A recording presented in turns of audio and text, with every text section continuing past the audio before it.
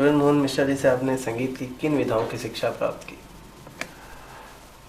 विधाओं में जो सबसे पहले तो ख्याल, एकदम ख्याल का पूरा, उसके जितने जितने जितने जितने खंड होते हैं, जितने उसके अंदर की चाल होती है, ख्याल, बड़ा ख्याल, छोटा ख्याल, आलाप, तान, ये सारी चीज़ें।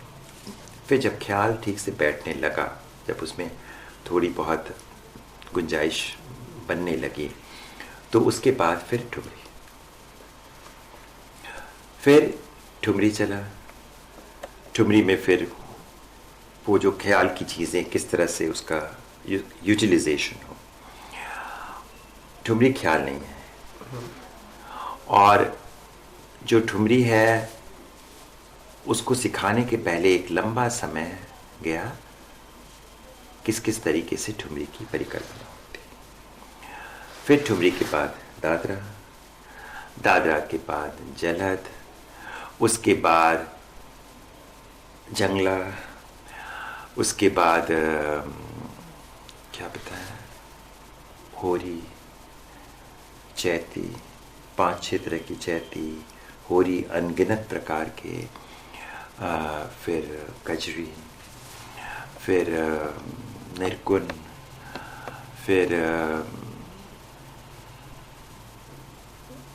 और इसके साथ साथ और भी तरह तरह की चीज़ें, जैसे नहीं, गज़ल मैंने नहीं सीखा उनसे, एकदम नहीं सीखा, और गीत भी नहीं सीखा।